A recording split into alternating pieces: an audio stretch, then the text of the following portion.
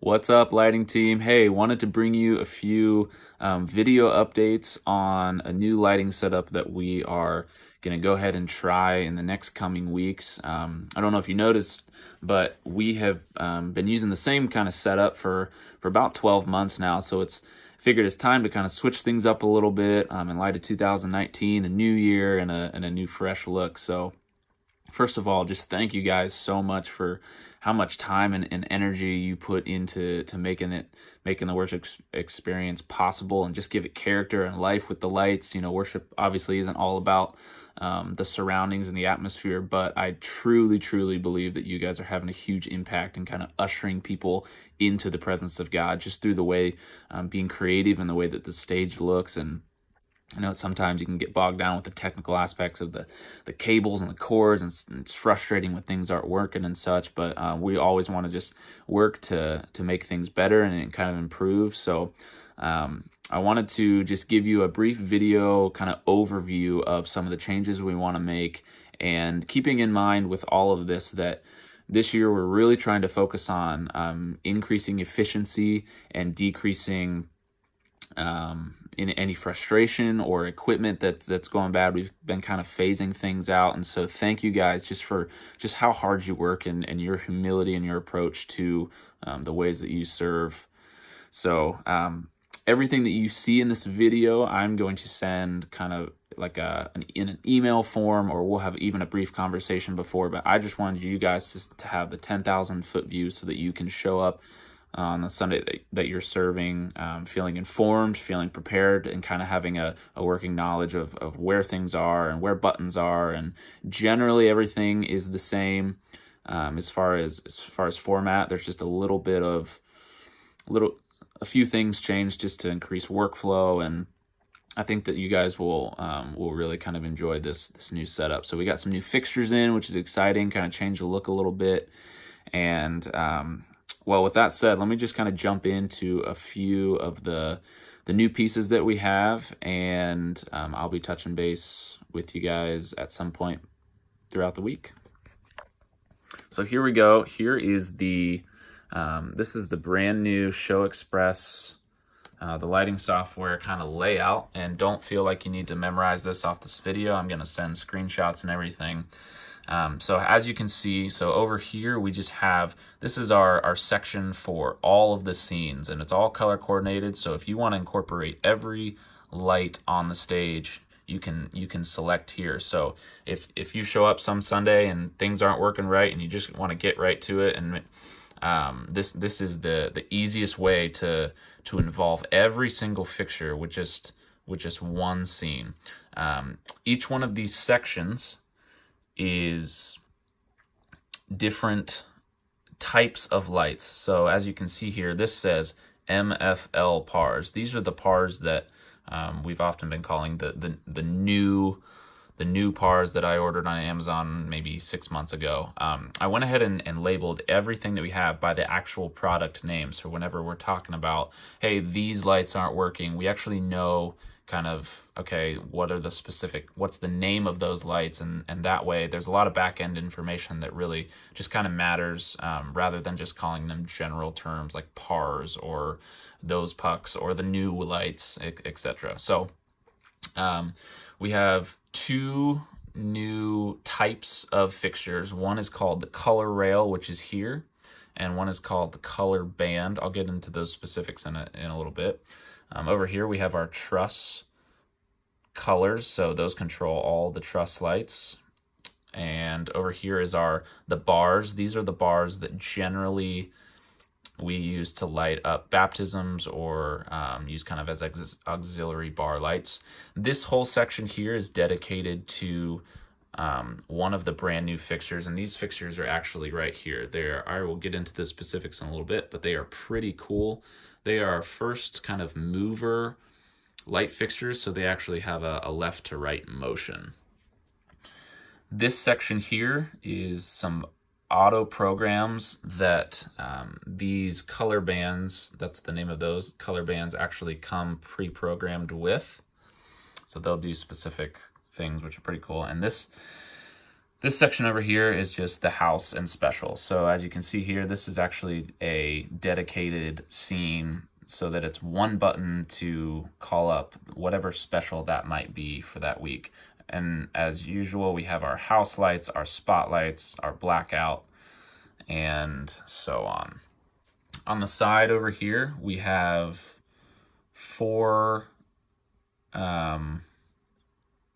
these are each controlling the dimmers of these specific lighting groups. So one of these dimmers over here will control all the lights for all scenes if you want, or even if you wanted to control specific fixtures alone. So let's say you pull up an all red scene over here, but you want the MFL pars, you want those specifically to come down for a little bit. Maybe they're it's at a specific part of the song, or they're too bright. You have individual control over any of these sections here with these dimmers. So that's pretty much the software there. Let me pull up the controller board. Now, this is going to look a little bit different than you're used to. But I went kind of label crazy just so that there's no confusion, and I will kind of walk you through this. We have it set up vertically here, so as you can see, this whole row is going to control different aspects of the all scene, and that all scene here is this all scene here. So as you can see, once I press this top button, this red, if I want all red scene, I hit that. As you can see, these lights turn on because they're red, because they're plugged in right now, and that red is highlighted. So, and that is the case for all of these sections here. So going down, these are all your colors, just like normal.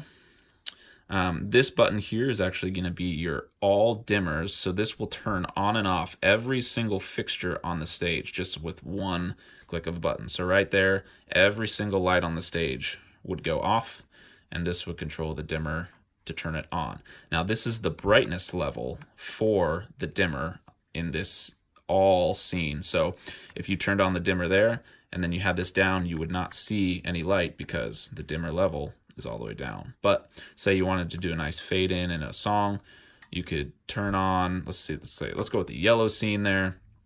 My dimmers are all on, and I just want to do a nice fade up in, and as you can see that those lights kind of fade in and out as I go up and down. So that's how that works. And this is the same concept for each section here. If I just wanted these color rails, let's say I only want those color rails to be, let's put them on purple. So only my color rail lights will be purple at this point, but if I want to adjust the brightness, I can do that.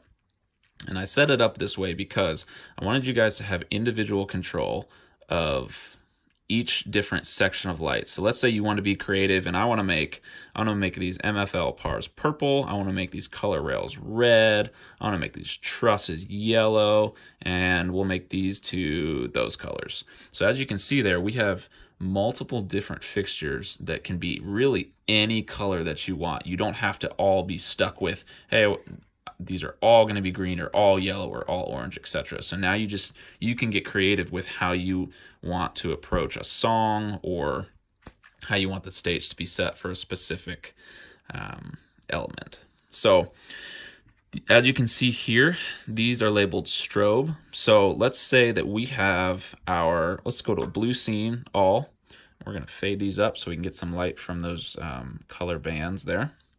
And these strobe here are going to strobe these fixtures individually. So let's say we get to a chorus of a song, and I want to strobe these color bands for a brief second just to give it some energy. So if I just hit that button there, as you can see, they strobe. So that's the case for these vertical. So it's all kind of set up in a vertical theme there. Okay, let me move on to the color bands. Now these, because they're movers, they have a lot more capabilities. So I'm going to go ahead and turn these off. Now as you can see here, these are labeled color bands, so it's the same functionality as the rest of these. These, you're just controlling your colors for that specific light. The dimmer works the same as well. These here, this whatever is labeled CB, so these 3 columns here are associated with the color bands. Now, these are positions and motions here. So this home, this is going to mean that anytime that we are not, say it's during a message, or maybe it's during a talking point and you don't want there to be any movement, these lights are going to go to a specified position that we always want to default to. So for instance, if I turn right now, as you can see, they are in their home position. They're kind of angled a little bit there. If I turn this off, it's going to be a red blinking light letting you know that the lights are not in the home position. So as you can see here, I don't know if you can tell, but they turn. So I'm going to push the home button. So if I push the home button, you can see them move to their home position. I turn it off, the red light is blinking, and the lights moved themselves. Now let's say I want to go to this straight ahead position, kind of use them as almost crowd blinders. So if I press this straight, I'm going to try to show you both here. Press this straight button.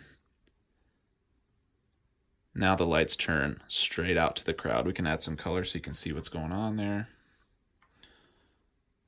Okay, so now let's say I'm going to go to this cross position. Kind of do a crisscross movement there and turn these off. Now, these all turned one direction because there is no position selected, and you can see this home is blinking red. The reason that blinks red is to avoid what they default to, because we never want them to just go to a random position. So a good practice is, if we're going to go from the straight position here and we want to say we're going to the message and we just want to be at our quote unquote normal, then you always want to make sure that you hit this home button, and that will send you back to normal. So we'll take this off the straight. With the positions, whichever position you hit last is where it is going to go. So as home is highlighted here, they're in the home position. If I hit straight, they're going to go to the straight position even though home is selected. So you can still leave that button selected and unselect straight, and it'll go back to your home position. That same concept is through any of these motion scenes here. So these 3 here, these are stagnant positions, so they'll just go to a position and stay there. These 3, A through E, I labeled them with letters because these can change over time, and just various movements that we want to do. Now, it's important to know that whenever we use movements, they have the possibility of being the most distracting.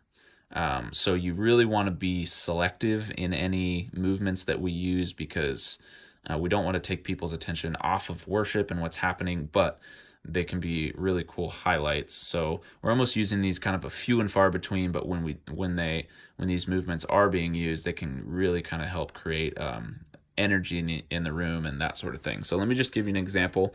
Now this motion here this is just a brief kind of wave motion. So I'm going to go ahead and select wave, this A here, and this is all in this little section. You can see right now the home position is highlighted. We have cross, straight, wave, scan, open, kind of in this this column here. So let me go ahead and hit the waves, and just so you can see a little bit what happens. So select A there, which is wave, and it'll just go through a really simple kind of scanning scene. Now, we can control the speed that this happens with this speed button here. And this speed button applies to these 2 columns. I'll get to this steps thing in a second here, but whatever value this is set with the fader is how fast these motions are going to happen. So let me pull down the fader all the way here, and you can see it's going very, very slow. You can barely tell it's even moving. Now I'm going to turn it all the way up, turn the speed all the way up, and as you can see, it's faster. So let's go to another scene just for fun. Now this is kind of it goes kind of in steps from left, right, center, out. This is all labeled on the computer. Now we take our speed down and it slows down. Okay, so there's that. So we'll turn these off so it stops moving, takes us back to our home position there. These steps, these are, we're gonna go ahead and turn off our green scene there. Steps are just a couple scenes I've created, and we can always add to these later, but they basically just go through random colors that the color bands will project here. And why is it not coming on? Oh, okay. So there's one step. Here we'll go to the second one. See, that's purple. Now these are specifically selected to be these colors. We don't you have to actually program that scene to be that color per this button here, and I can always explain more. Here's another. No, that one's blank. Okay, and so same thing here with this step. If I go ahead and engage this first one, you can see it's kind of just like a dot that goes up and down. And again, this is all controlled by this speed button here. I'll slow down, or we'll speed it up. Again, easy to overuse these, so we always want to be selective in how we approach that, but definitely can add some cool stuff. This fader here is currently unused, and these buttons here are currently unused that we can always add scenes to later, but they just don't have use right now. Okay, so this side here, you can see this says BPM FX. These four here actually fall under this color band category here. They are BPM specific scenes. So as you can hear, so if we have a song that we're tapping out to, we're just jamming out, maybe this is the tempo. If we go ahead and hit this scene, you can see that these lights are running a scene that is specific to that tempo. Let's say we have a super fast song, so we'll just tap it really fast. And as you can see, it changes the speed there. So now these BPM specific scenes, they do not react to this speed button. So that's why they are on their own separate. As you can see, if the scene is engaged, it will be blinking there. So I'll go ahead and turn that off. Okay.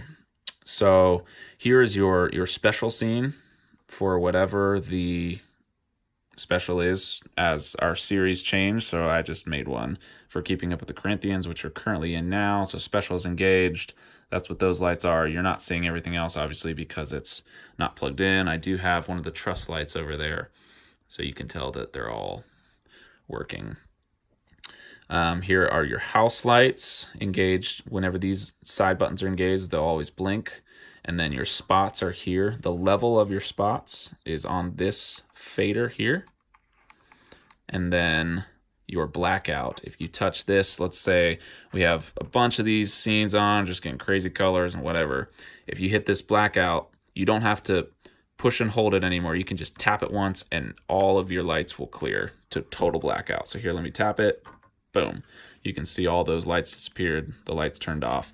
Now to re-engage any lights that you want, you have to make sure to turn your dimmers back on, select a scene that you want, and then you can fade back in for a nice simple fade into a prayer or what have you. Okay, so that is the overview of the controller there. As far as labeling and such, we are going to, each fixture is going to be labeled with what its name is, what its DMX channel should be, and then the truss that it is supposed to live on. Now, we labeled the trusses a little while ago, but this is just kind of an updated sheet. Again, you're going to have all this in an email of what the truss is, what the name of it is, and where the light fixture goes specifically. Last thing I want to show you is the 3D viewer for the software. Now, if you're doing any editing at home, and I can run you through how we get that set up, just so you can have, if you want to work on things ahead of time, or even just kind of get a feel for what the light fixtures do, you have access to this. Now, this correlates, so you can see it's kind of set up how our Sunday morning stage is set up, and it works perfectly with the controller. So I'm going to go ahead and turn on, let's do a red scene here. Now, as you can see, these lights are kicking on, and this 3D viewer is going to mimic whatever's being controlled by the controller. So that is just a cool function, just to be able to do any editing, or if you're, like I said, if you're at home and you ever want to check this out, that is also an option. So we can turn on our spots here, and you can see that they are doing what they're supposed to do. So if you have any questions, don't hesitate to let me know. Thanks for watching this little lengthy video, and looking forward to the new lighting setup.